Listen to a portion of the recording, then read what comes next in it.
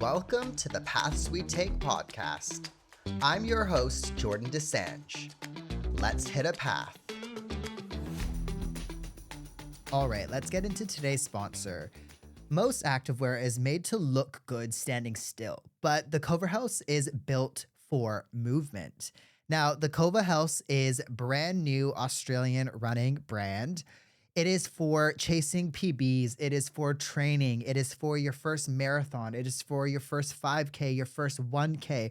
Whatever it might be, the Kova House is for running.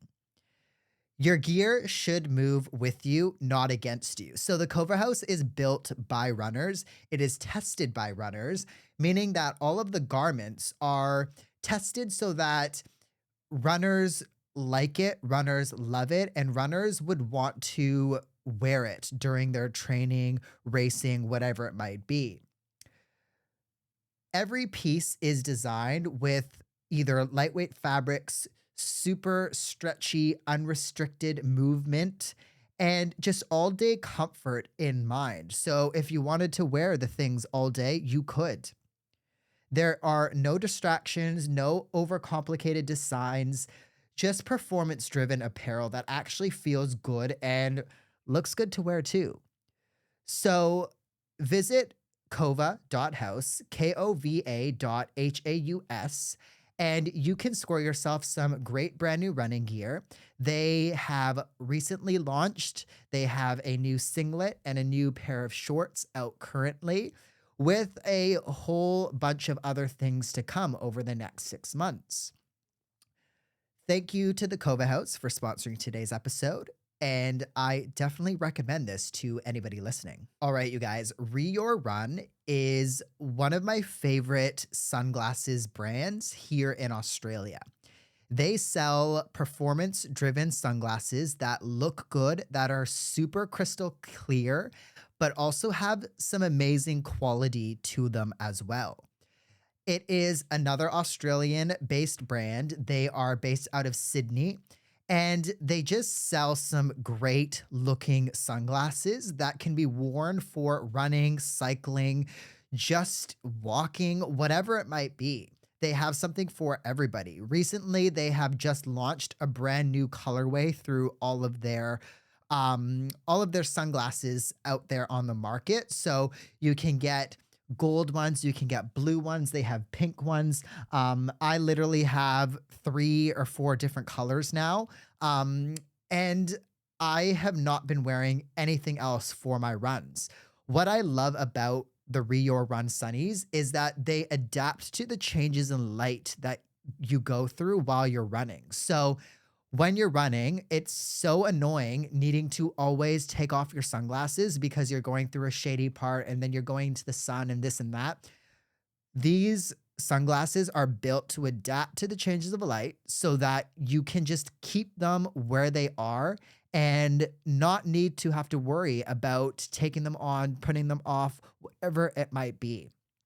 Definitely check out Reor Run. You could also use code Jordan10 to save yourself some money as well. So thank you, Ree, for providing that code. And score yourself some great sunnies. Thank you, guys. Hey there, and welcome back to the Paths We Take podcast. Today's episode is a really important and powerful conversation. I'm joined by Jessie, who shares her story, her why, and the journey that's led her to taking on the Noosa Marathon next weekend. Jessie has experienced the devastating loss of family members to mental health struggles and suicide, and through running, she's turning pain into purpose. She's raising awareness, starting conversations, and showing how movement and community can help people through some of life's darkest moments. In today's episode, we talk about her marathon preparation, the mental and physical challenges of training, dealing with grief, the impact mental health can have on individuals and family, and why speaking openly about these experiences matters so much. Now, before we get into today's episode, I do want to give a content and trigger warning. Today, we talk about topics around mental health. We talk about suicide. So if you find these topics triggering or alarming at any point, please stop, please give this episode a miss or come back another time when you feel ready. If you or someone you know is struggling, please know support is available. In Australia, you can contact various hotlines. I have included the numbers and the resources in the show notes. And please remember that you are never alone, and reaching out for help is one of the strongest things that you can do sometimes. Now, here is my conversation with Jessie. All right. Well, thank you, Jessie, for coming on the podcast, coming on the show, and joining me today. Yeah, how was your morning? It was lovely. Thank you for having me. Amazing. Yeah, no, nice and sunny, which is good. Now, Jessie, the one question I lied because I said that there's no planned questions. There is one question that I ask every guest at the beginning, and it is if the listener right now listening had an autobiography in front of them and it was your story, basically, what are some cliff notes or some things you think that person would find? Give us a little insight on you, basically. Okay, yeah. Nothing too exciting. I grew up in country Victoria, which I think has a lot to do with, who I am today, and still plays a big part in my life. And I like the simple things in life. I don't know. Yeah, okay. I know it's a very hard question because we also don't think about that kind of stuff, right? Like we don't think about, what we've been up to or what makes us really. So I'm sure that question will come up again and again throughout this episode. But you came from country Victoria. When did you come to Adelaide? I've been in Adelaide 9 years now. Okay. I love it here. It's like a big country town, so feels a little bit like home, which is nice. Yeah. And is that why you came here? Because of that?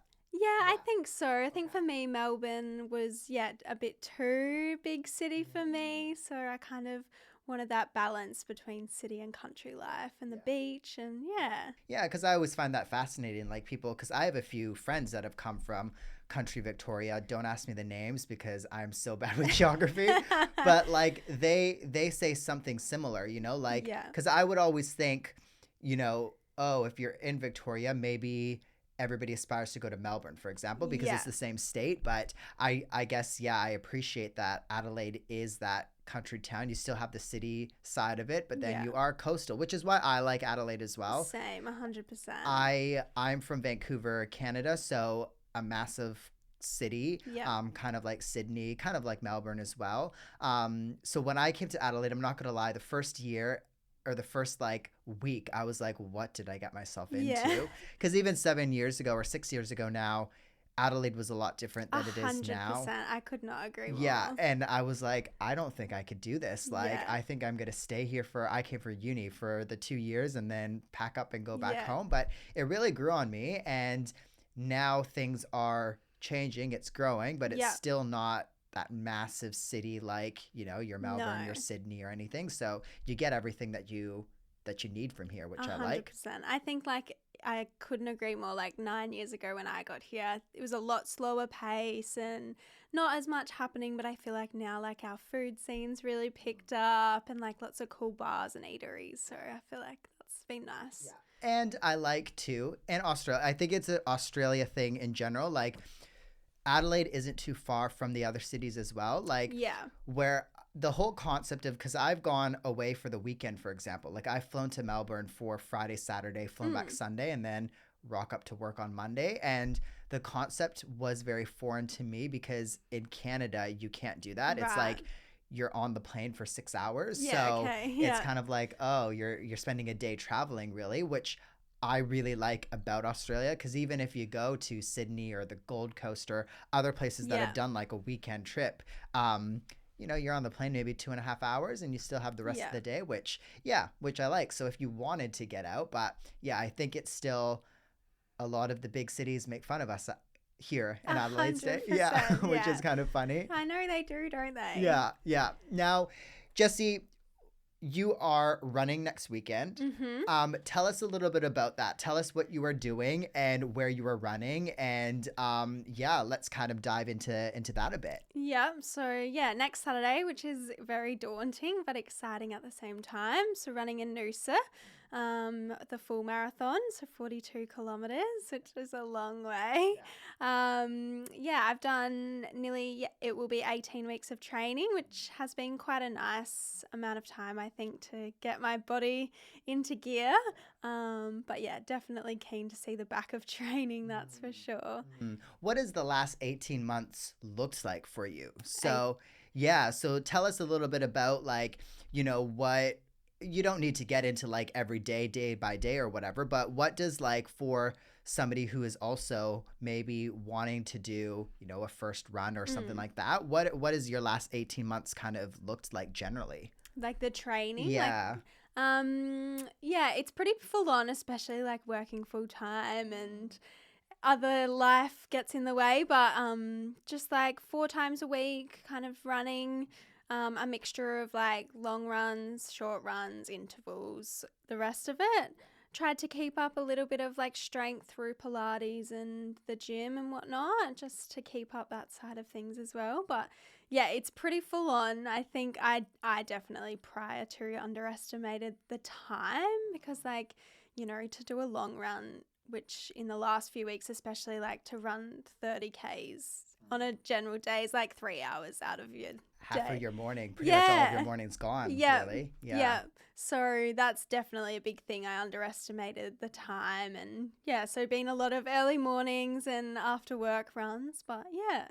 Because I think that's too like unless you start getting into it and you are aspiring to do it, it's something that I think a lot of people don't really understand. No.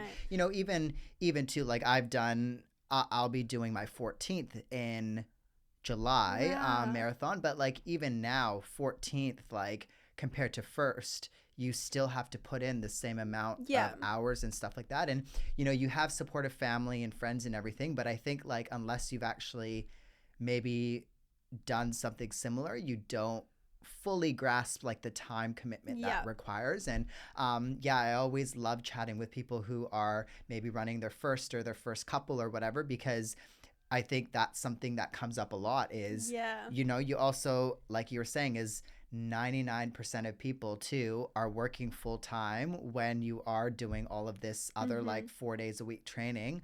And then you have to like keep somewhat of a social life and exactly. so that you don't go insane and everything. It can't just be running. So it's really interesting to me, like diving into some of that. Really, what do you think you've learned about yourself over the last 18 months? I've learned a lot about just like the biggest thing is like you're so capable of it. Like for so long I was like, oh my God, I'd never be able to run a marathon. Like it's just not, I can't do it. That's like not within reach for me. But I think, I kind of blocked out the training, like, whatever it's been. And you just get fitter and you get stronger. And like, it's cool to kind of see the progression of that, like from when I first started to now. Like, it's like, I can see that I'm fitter and I can do it. So I think that like people put these limiting beliefs on yourself, but like at the end of the day, you can do whatever you put your mind to. Yeah, no, I love that because I think, they say like everybody can run a marathon. It's just, sometimes it's the choice really. Like you have to, and I'm not saying that you like, everybody has to run a marathon or anything like that. No, but like I think if you want to and you want to put in the work, then your mind is such a powerful thing. And at the end of the day, that's really what gets you through is the mind. Even during like the event day, I think a lot of it is your mind that gets you through something like that, something as massive and impressive as running a marathon, really. When it comes to your long runs, what are those days? Because I always think like that's probably the hardest of the training is the long run days, whenever that day is, because it's not even just the, 3 hours out there running or however long somebody is out there. It's more so like you're spending sometimes like 30, 40 minutes waking up and just getting yourself ready to go on the run, and then the aftermath, you're like a bit sore the rest of the day, or I know me, I'm exhausted. Like sometimes I take a nap and like 100%. I just like can't do anything or can't function really sometimes. So for you, what did those long run days look like? I'd never wanted to kind of let it take over my life, I suppose. So I've been very conscious of planning my long runs around my weekend. So whether that was a Saturday or a Sunday, I kind of worked out what was happening that weekend. I like to get it out of the way nice and early. So most of my long runs I started around like 5 or 6 in the morning. So yeah, you're getting up at like 4:30 to start by 5. You're eating at 4:30 in the morning, which is just crazy. Like sometimes trying to get a crumpet down at that hour of the morning doesn't feel right. But then yeah, like you're still not home until maybe 8 or 9. Then yeah, you're right. You're absolutely exhausted normally. The body's hurting. You're tired. So yeah, but no, I found on the weekends. Yeah. I love that, like working around your life and not letting it affect, because I think that's something that you have to think of is maybe not right away, because again, I don't think you understand the work that goes in until you actually start. But that's like a very good point, because I think too, it is easy for it to take over your life. Yeah, and 100%. then I think too, like when you look back over the experience after the event's done, there might be some regret. Like, one common story that I hear, and it's come up on the podcast as well, is, people are saying that, oh, they wanted to be next block a bit more social, or, like you were saying, not let it take over their life, because I think sometimes you can be a little too focused and it can take over your life. And, you can be focused, but you can also still do other things as well. Like, I think balance is important, and I think balance is the only thing that will get you through a lot of the times, really. Let's get into your why. So, this running a marathon is great, but I'm a big believer in why, and I love having people on like yourself who is doing something as incredible as a marathon, because I think too, like, there was an Instagram post that came up recently, and it was like just a zoom out shot of like maybe hundreds of runners, and then a little like, I saw this. and then like just like everybody having a different reason being out there, right? And I think like we forget that too, is everybody out there, there's like sometimes thousands and thousands of people out there. Like everybody has a different why out there, and I think that's so important. So for you, what is your why? Why did this come to be? And I guess what are you striving for? Maybe let's start with your why, because that was a lot of questions there. And we'll dive into the rest of them a little bit later. Yeah, I think I'd always had a marathon on my bucket list. I just was one of those things that I never really had a strong enough why, maybe, or like I wasn't motivated to do it. And then, I lost my cousin in September. She took her own life. She was only 18, so very young. And I think that just, I don't know whether it was letting out the anger or the grief or whatever it was. I just woke up one day and thought, I really want to do this, and I want to do it in her honor. And I never kind of intended for it to get so, widespread in terms of the awareness. I was really just posting on my social media just for my family and like keep my friends and family up to date. And then I kind of just started getting a bit more of a response, and I just thought, mental health is so, it's just not made, there's not enough awareness around it. And if my inbox helps one person, if they're having a bad day or they see one post and, then that's I'm happy with that. Yeah. No, I love that, because that was always the intention of this podcast as well, is, like, whether it be one listener, whether it be 10 listeners, whether it be thousands of listeners, the intention was always for, if we can just reach one person and we can just, share somebody's story, or maybe enlighten someone, or maybe inspire someone, that's the whole point, I think. And I think that's really all you can do. Like, I think it's incredible, because mental health is, even in 2026, it is still a little bit of a taboo topic, and it's an uncomfortable topic. I totally understand. I know I'm very vocal because I've had my struggles in the past as well with Yeah. suicide, with all of that. But I think like being open and talking about it, like you were saying, is even if it was just one person, Yeah. is quite important. Um, and and yeah, I think like the power of social media these days is quite incredible Mm. because we sometimes get in our heads a little bit when we're talking about this stuff, because I think too, like people think, oh, I can't talk about this because I'm not going to reach the so many, like we're so in our heads sometimes because we have access to the entire Yeah. world in our pocket. But Yeah. again, I think like if you think of it like you have, where you're just posting for your friends and family and maybe one person is listening, Mm-hmm. and I think that's such an incredible thing because you never know what can happen and what can take off. Yeah. When did you really realize that this was starting to take off and grab some attention?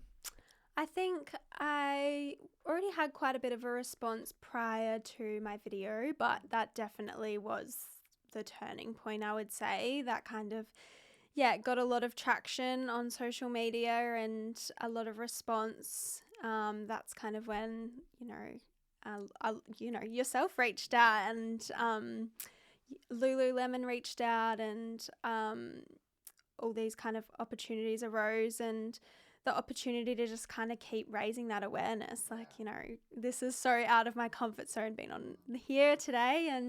But in like the big scheme of things, I saw it as my opportunity to keep doing what I'm doing and keep raising that awareness. Yeah. Yeah. And I think that's important too. Like getting out of our comfort zones is what raises the awareness, Mm-hmm. or and like there's been other people on the podcast as well that have done maybe a challenge or something for mental health awareness, and that's something that has come up, is you kind of need to get out of your comfort zone. Yeah. Otherwise, like I think that's where people stay quiet and they don't, and it's leading by example, right? Like I think too, you showcasing and you just mentioning that you're not comfortable but you're coming out of your comfort zone Mm-hmm. talking about this kind of stuff is really what gets people out there that might be struggling to Yeah. talk or to speak up, really. And that was one of the reasons why I wanted you on the podcast, why I have been vocal about my struggles as well, is because I think like I have been a very quiet person historically. I've never Mm-hmm. liked to talk about things. I've always bottled things in, and Mm-hmm. I've just thought that that was what you had to do, but also because like I've been very uncomfortable talking about things just throughout my entire life, Yeah. really. But I think like what I realized is talking about things does just showcase that it's okay to talk, really. It's okay to be uncomfortable, but like, you know, you don't really know what somebody is struggling with. And I've had people reach out to me that I had no clue was maybe dealing with something, that Yeah. reached out and was like, well, it was just because, like, I know you're talking about it and, it just made us a little bit less nervous. So I think Mm. that is so important, really. What are some, I guess, what are some things about mental health awareness that you have learned over these last few months, really? I think, like you just said, like you just never know what someone is going through, and just because they carry it well doesn't mean it's not heavy. And I think the two lives that our family have lost in the last 6 months, like at the end of the day, they tell you what you want to hear. Someone that is struggling. I know it might be hard sometimes to kind of push and dig that bit deeper if you're really trying to check in on someone. And, for our family will forever carry that, had we asked more questions or this or that. And I know, like you said, it goes back to it can be uncomfortable. But I think if you in the slightest think that someone is struggling in your life, I think it's 100% worth the uncomfortable conversation if it's going to save their life. And Yeah. we're not trained in this, right? Like Mm. it's hard because you don't know sometimes the signs, you don't know how to push, and I think to a lot of us are quiet because you don't want to make the situation worse. Mm. Whereas I think sometimes too, coming from experience, not asking and checking in can make things worse, unfortunately. Yeah. Which is again very hard. And I think too, like, yeah, like you were saying too, I know me myself, like I would always tell people what they wanted to hear. I'd Yeah. always pretend that things are, and it's never really like, sometimes it's never really the people, like you could be super happy, you could have lots of things that are quote unquote positive going on, but Mm. you just don't know Yeah. really. Um, but I think like, again, I would always tell people exactly what they wanted to hear. Yeah. And it was just kind of my way because I would know that they would want to check in, they would want to make things a bit better. And Mm-hmm. I think like people that are going through something like that don't always want to potentially have that conversation as well, because it is uncomfortable for Yeah. them too. And that's a hard thing to realize as well. But it's just like too, that LSKD ad that was on a couple months ago too, of the two people running. Like you just don't know what's going on Yeah. behind closed doors sometimes, really.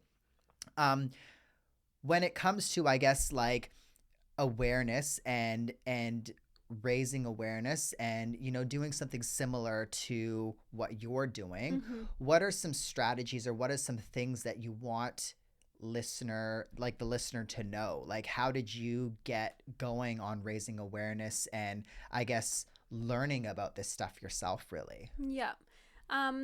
Well, I'm obviously raising funds for Breakthrough Mental Health. Mm-hmm. And when I signed up for the marathon, I did a lot of research and I wanted to pick a charity that I felt really aligned. And I decided on Breakthrough because a lot of their funds go to research, and I find that really important. I think, especially my cousin who was so young, there has to be some sort of, there's something underlying going on, I think. And Mm-hmm. so it felt really important that the money I've raised is going to research Mm-hmm. for the for mental health.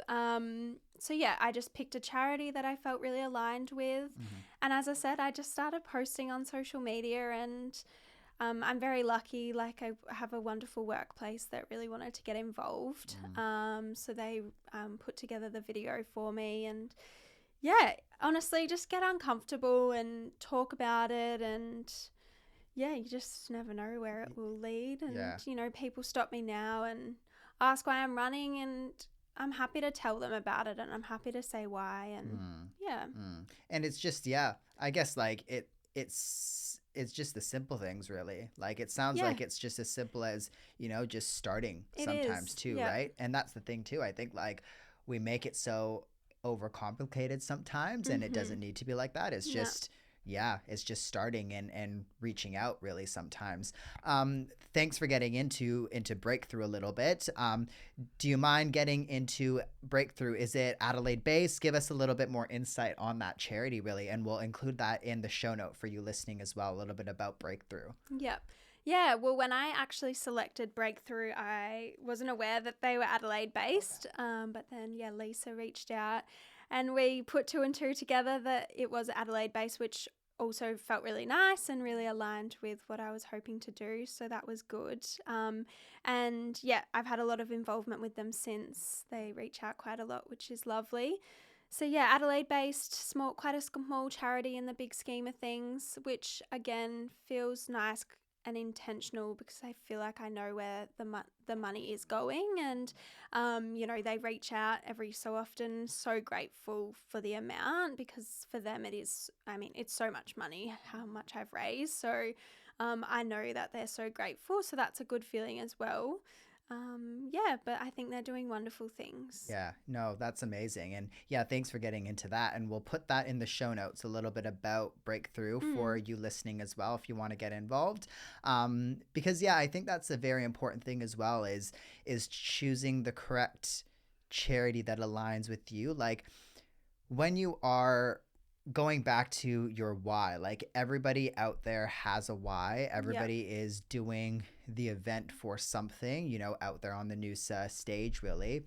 But I think like, for yourself and for people similar that might be running for a charity, like I think too, it needs to mean something Yeah. as well, especially to you. Otherwise, like, not that it doesn't, like, that run doesn't mean anything or anything like that, but like I think too, you having a passion, you having like a drive and a goal because you have maybe something, similar that's gone on or whatever, like you just need to kind of tie in your why with what you're raising, because I think it Mm-hmm. just makes that much more special and easier for you to get your goal and your target done, really. Yeah.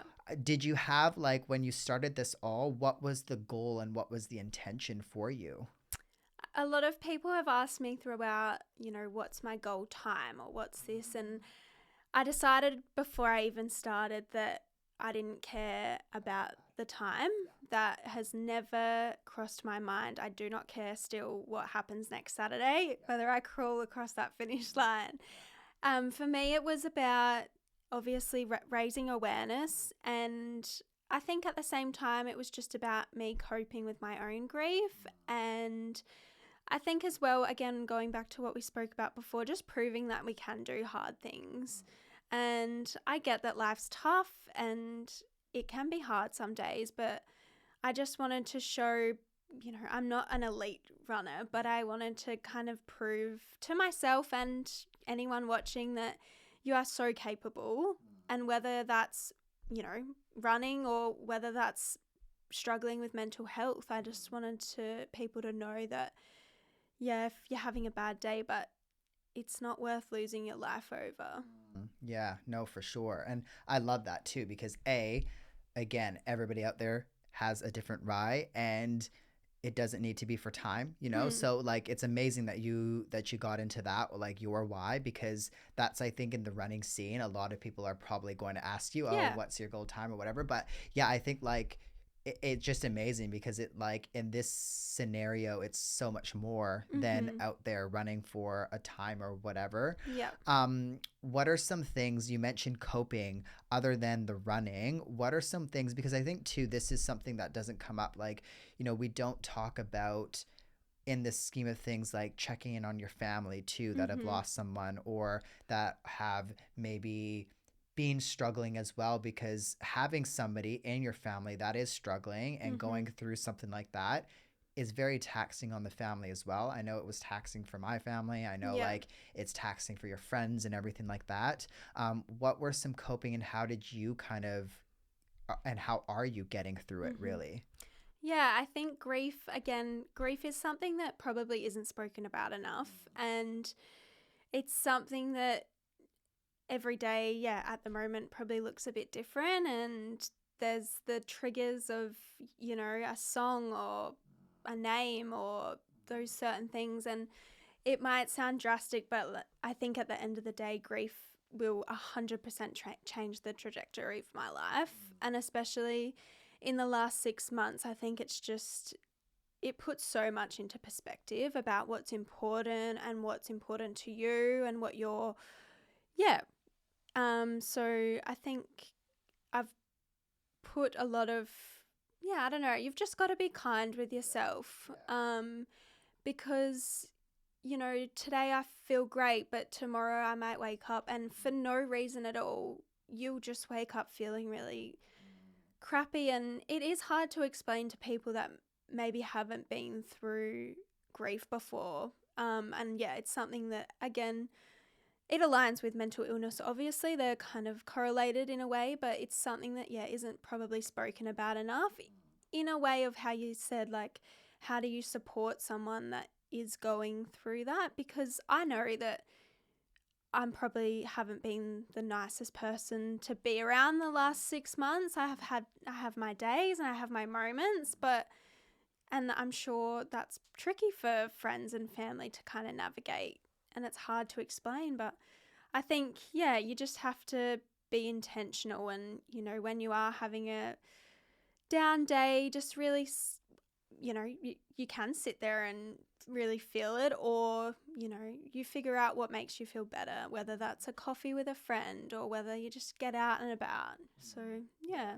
And I love that. I think like yeah, being kind to yourself is probably the most important, and it was for me, and for the people that I think like I've talked through this with, basically like my Mm. support systems now, for example, because I think too like feeling things through is quite important. Mm-hmm. And yeah, I think it's quite natural for us to maybe, if you've gone through grief, to have those bad days and then Yeah. all of a sudden, want to make yourself feel better, which yeah, I think is important to do, but I think too it's sometimes important to sit through Yeah. the feeling for a little bit and understand why you're feeling how you are. Yeah. Because I think grief is, it'll last however long. Like everybody's story is very different with it, Mm-hmm. right? Everybody's experience is very different. Everybody handles it differently. And for some people, they seem to get over it quickly. Some people, it seems like it's very long. And I don't know the research or anything Mm. behind that really, but I think like being kind to yourself is a little start, because like you're saying, you're going to have days where you're Yeah. feeling amazing and then all of a sudden something might take it over, or you might just Yeah. wake up and feel not so good. And I think yeah, having some strategies like you were saying is was important really. Yeah. um when it comes to this whole experience, I know you've mentioned like what you've learned about yourself and everything really. I think like what I really like to ask people, especially after they've done an event, is what has been your favorite takeaway, your favorite experience, instead of saying, because like again, me being a runner since I was a kid, it's very common in the running community to ask people after they finished a marathon or an Yeah. event, like, oh, how did you do? What was your time? Right. And Yeah. I'm trying to be better because that was me, Yeah. being a runner. But like, I'm trying to be more open and realizing that everybody out there has a why, Mm-hmm. and it's not for time for a lot of people, and that a lot of people, it's just about what experience they, had really. Yeah. What are the experiences that you've had thus far training for this, maybe leading into, because it's quite, this time next week you'll be, Yeah. maybe done or I'll on the be stage. done. Exactly. Yeah. Yeah. So Hopefully. like what I guess experience have you taken away that really sticks out at you thus far, Mm-hmm. basically? Yeah, I think so many things. As simple as running with friends, or yeah, reaching those kind of milestone distances, not because of the pace or the time, or but it's like, oh cool, I just ran 30 Ks on a random Saturday morning. Like, I just think that's pretty cool. I think as well, I have very mixed feelings, which I spoke about in my video, but very mixed feelings about it coming to an end next weekend.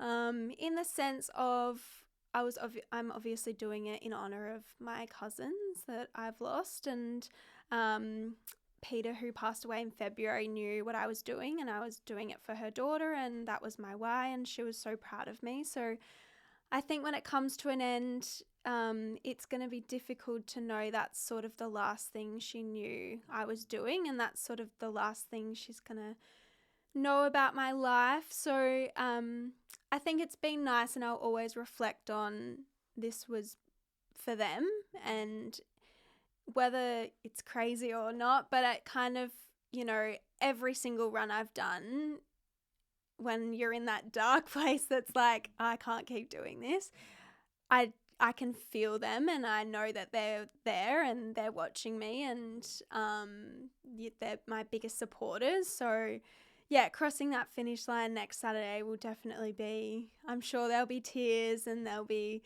a lot of emotions, but I think at the end of the day, I'll just be so proud that I did it for them, and yeah, I'll hold that in my heart forever. Absolutely. Yeah. Yeah. What are you wanting to take away from the experience? So, I know it's, again, it's hard to say now because you haven't done it yet, Yeah. but I guess like you're saying that you're going to be upset, which totally makes sense because this has been probably such a big part of the last 18 months really. Mm. What are you really wanting to try and like, what are you really wanting to try and continue after, I guess, is what I'm trying to get Yeah. at. Yeah, I think I would love to, continue the awareness side of things, and I've already got a couple of things lined up with Breakthrough again, which is exciting. I think just keep on keeping on, like, raise that awareness where I can, and Yeah. And I hate that question. Sorry for bringing it up because like I think too, like that's to another question that everybody always get asked. Oh, what's next? Really? Next? And like I really don't like that question because I think it's important to first reflect on what you've done and really take that in, and like I hope you probably will after the run itself. Do you have like a time frame of how long you want to reflect, or what are you thinking like that's going to be like? Because I think that's very important in reflecting on the experience and everything. Have you thought much about that at all? Not really, to be honest. I think I've just been so focused on getting there, whether that be because my body's failing on me or but yeah, I've just been so focused on the day, and like you said, really just soaking it in. I think it's going to be a massive day of emotions, of probably a bit of hurt as I cross the finish line. But I think, I just really want to take it in, and also take in the last, since January or whenever it might be that I started to take in that, and that I was capable of that. And also it's not glamorous. Like, I've missed training. But I think just taking that I've done it. And haven't given much thought to what comes next. No, that's very fair, because I think it's important to focus on what's now really first, before always planning what's next really. When it comes to the run itself, maybe give us some details on what you're running in, that kind of stuff, like the fun everybody likes shoes these days and all of that. What kind of stuff are you taking out onto the course and you're planning for, really? So I'm very lucky that two of my good friends are coming with me, which will be very nice. But yes, I was lucky enough to have Lululemon reach out. So I'm running in my Lulu gear and then just my running shoes that I've run in throughout. And then I am wearing a Breakthrough badge to have them with me on the run. And then I've also got a bracelet that's from my cousin, so I'll run with that. And then I think I might put some messages on my hand, maybe just write something there to be motivating. Got the running belt all sorted, so the nerd running belt, which I think they were on your podcast, which I noticed. I did put a lot of thinking into my outfit. I wanted to be comfortable, and there you go. That's the most important thing, really. Exactly.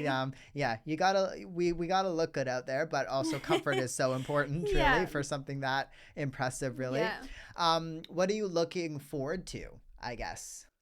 I think just crossing that finish line.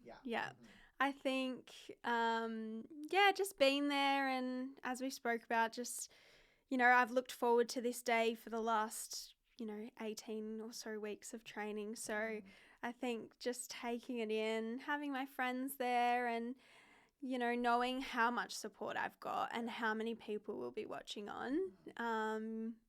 With the money I've raised, there's been strangers and friends and family that have all reached out in support. So I know there's a little bit of pressure on my shoulders, I feel, but I know how much support is behind me, and I think that's what's going to get me through, because I 100% know there's going to be some dark kilometers where you hit that wall and you just think that you can't go on, but I think I'll go back to how much support I've got behind me. No, that's probably going to make all the difference, I assume, really, because I think the support systems that you have is always what gets a lot of people through at the end of the day. Running is a very individual sport, but it's also not at the same time, because you do need your support systems there with you. And it sounds like you have some amazing supports, which is good, really, because I think that makes or breaks a lot of the times. To the person listening right now, what is something that you really want to let them know, that you want to leave them with, I guess. Yep. I thought about this a lot because I thought that that question might come up. And I have thought about this a lot, sort of in the sense of what I've taken away from, losing two people to mental illness. And I think to the person listening, or whoever this comes across, people struggling mentally, I know that our girls that we've lost, they would be devastated to know the pain and hurt that they've caused our family. And I know that was never intentional, but I just think if you're struggling, just know you are so loved, and your presence in the world so matters, and you are going to be missed, and you're going to we've got two holes in our lives that will never be filled, and I just wish they had I wish they had have known that. So yeah, I think anyone struggling, just keep that in the back of your mind. You are just so loved. Well, Yeah. thank you. Thank you for mentioning that. Thank you for being honest on the episode, because I think that's important, coming out of your comfort zone like we've just discussed up until this point. And yeah, thank you for raising awareness, really, because I think it's so important. And again, in 2026, it is still something that I think we need to be better about. It doesn't need to be a taboo topic, and I know that it is, really, and I know it's uncomfortable, but I think it's people like you that are talking about it and making their posts and whatnot are making it a little bit less uncomfortable. So thank you for being on the show today. Thank you for sharing, and best of luck next weekend. Thank you so much. Thank you for having me. It was scary, but it's all part of it. And you got through amazingly. Thank you. But where can people follow you? My Instagram is probably best. Okay. Yep. So on there. Yep. Perfect. That's all my updates, and it's got the link and everything. Yeah. So yeah, as it's been said, but it's not about the money for me, but take 90 seconds to watch my video, and maybe take something away from that, I think is the biggest thing. Yeah, perfect. And for you listening, I'll post that all in the show notes. So the link, the video, as well as, again, Breakthrough's information there as well. So yeah, that'll be in the show notes at the bottom of the episode for you listening. So yeah, thank you for coming on the podcast, and thank you for listening.